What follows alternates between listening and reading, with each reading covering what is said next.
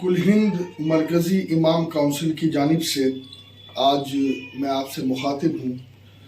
जुल्म जहाँ भी हो, तशद्दुद जहाँ भी हो, हम उसकी मुखालिफत करते हैं और हमेशा से सूफिया का ये मसलक रहा है, मशरब रहा है कि उन्होंने अमन को पसंद किया है, अमन की राह को पसंद किया है।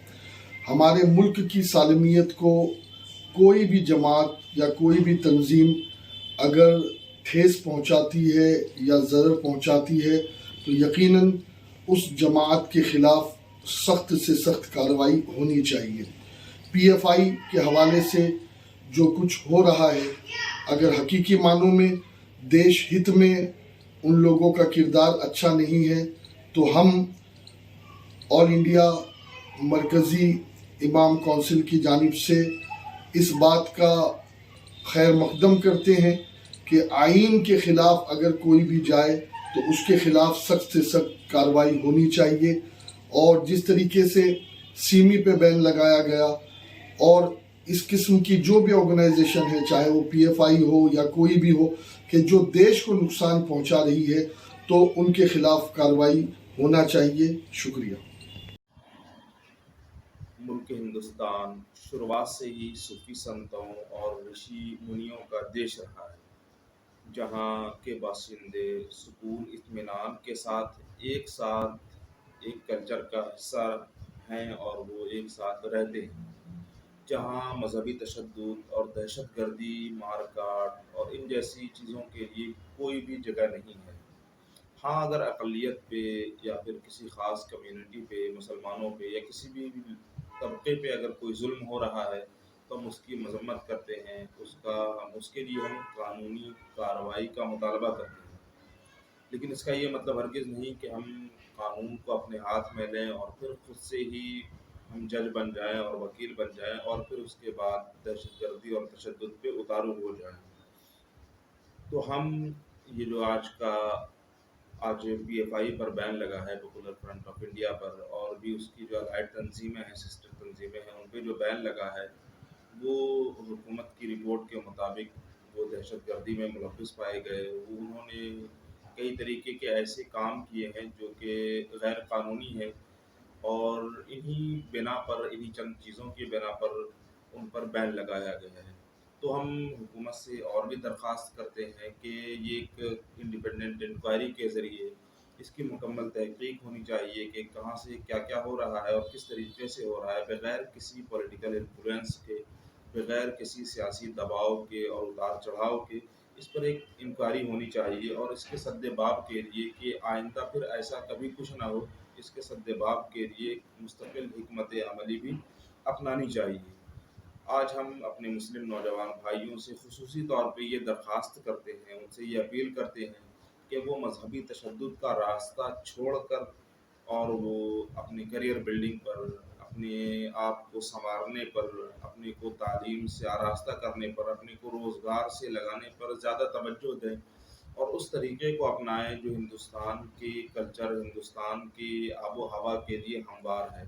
मसलन सूफ़ी संतों का जो रास्ता है, उनके जो बताए हुए रास्ते पर हम चलने की कोशिश करें और इन जैसे मजहबी तशद्दुद, उन्माद और इन सारी चीज़ों से बचने की हम मुकम्मल कोशिश करें।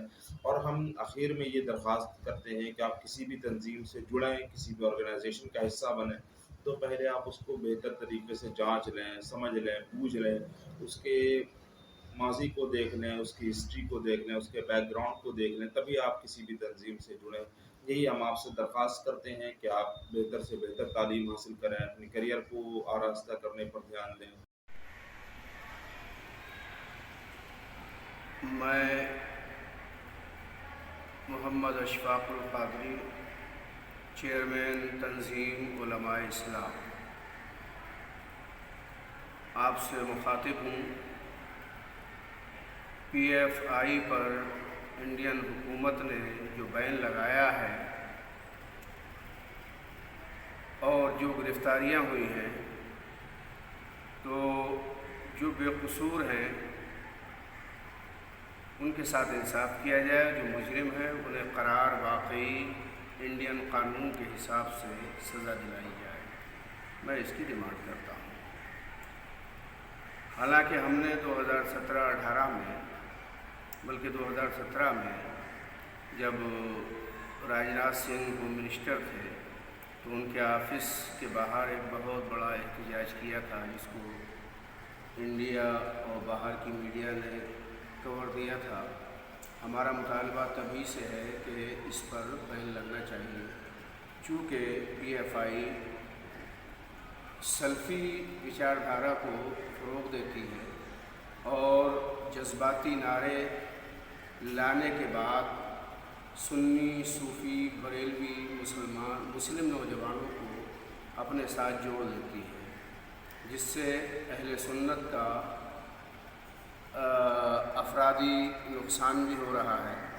दूसरे, जैसा कि हुकूमत कह रही है कि ये गैर क़ानूनी चीज़ों में मुलव्विस हैं, तो ज़ाहिर सी बात है हिंदुस्तान का कोई भी मुसलमान गैर क़ानूनी तौर पे या हिंदुस्तान को कमज़ोर करने के लिए अगर कोई संगठन है उसकी हिमायत नहीं करता, तो मैं भी इसकी हिमायत नहीं करता, बल्कि हिंदुस्तान में शायद सबसे पहले इस पर बैन की मांग करने वाले तंज़ीम उलमा इस्लाम पहली तंज़ीम है, पहला संगठन है।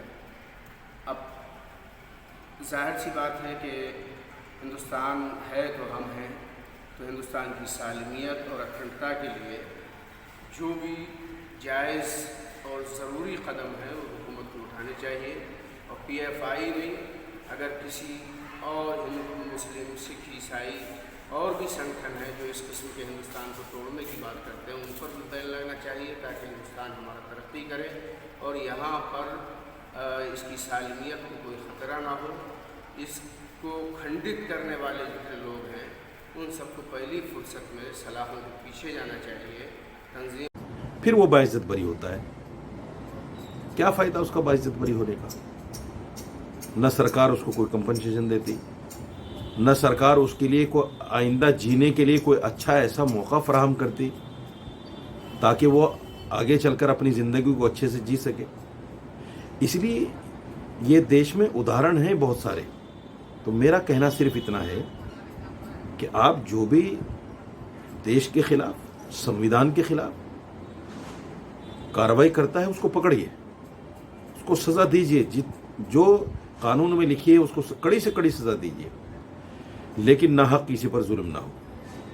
ये मैं फिर कहता हूँ, क्योंकि जैसे मैंने पहले कहा, पहले भी अब तक बच्चे जेल में पड़े हैं और अभी भी PFI के नाम पर जिस तरह की कार्रवाइयाँ होंगी या हो रही हैं, कोई भी दावे के साथ ये नहीं कह सकता कि जितने लोगों को पकड़ा गया वो सारे के सारे जो है मुलजिम हो सकते हैं।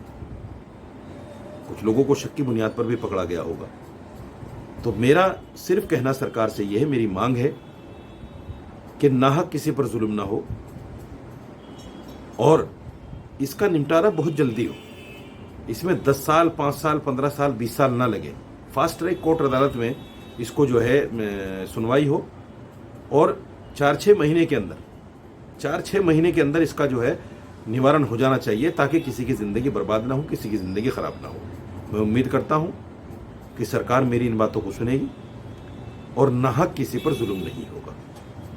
जय हिंद, जय भारत।